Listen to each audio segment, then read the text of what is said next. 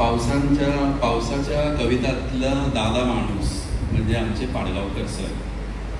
पद्मभूषण, महाराष्ट्रभूषण, मराठी माणसाच्या काळजातला मोठा ठेवा पाडगावकर सरांची कविता. म्हणजे 1950 सालापासून ते 2015 पर्यंत पाडगावकर सरांनी कविता लिहिल्या. 65 वर्षांची कारकीर्द आहे. त्यामध्ये लिज्जत पापडच्या वतीने कविता लिहायला सांगितलेला पहिला ब्रँड अँबॅसेडर कवी म्हणजे मंगेश पाडगावकर. दरवर्षी पावसाळ्याच्या सुरुवातीला पाडगावकर सरांची कविता यायची, त्याच्याबद्दल चर्चा व्हायची. काही मित्र प्रेमाने त्यांना पापडगावकर सुद्धा म्हणत असत. वसंत बापट, विंदा करंदीकर, मंगेश पाडगावकर एकत्र कवितांचे कार्यक्रम करत. बापट सरांनी एकदा पाडगावकर सरांना फोन केला आणि म्हणले, पाडगावकर, हे तू काय चालवलंयस?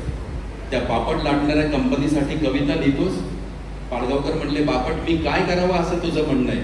त्या कंपनीला तू माझा फोन नंबर दे, इथून पुढे त्यांच्यासाठी मी कविता लिहित जाईल.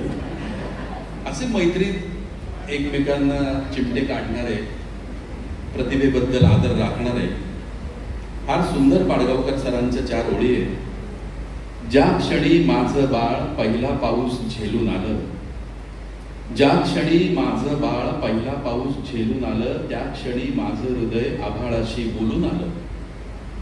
ज्या क्षणी माझं बाळ पहिला पाऊस झेलून आलं, त्या क्षणी माझं हृदय आभाळाशी बोलून आलं.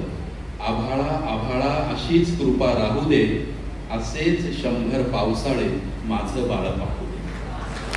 असं लिहिणारे पाडगावकर आहे. मुंबईच्या त्यांच्या भाषेत सांगायचं झालं तर घामाने अंगाला बनियन चिकटलेल्या अवस्थेमध्ये त्यांनी एक गाणं लिहिलं होतं. त्यांना आम्ही विचारायचो, सर तुम्ही हे गाणं कोकणात सुंदर पाऊस बघताना लिहिलं वाटतं? ते म्हणायचे, असं सांगितलं की बरं वाटतं. ते म्हणले, माणसाचं मन त्याला आवडत्या सृष्टीमध्ये प्रवेश करत असतं. सुंदर त्यांनी टर्म वापरली होती, एस्केप इनटू इट. तसं मुंबईच्या लोकलमधनं मी त्या पावसाळी प्रदेशात मनाने गेलो आणि लोकलमध्ये बसून कविता लिहिली. श्रावणात घन निळा बरसला, रिमझिम रेशीम धारा.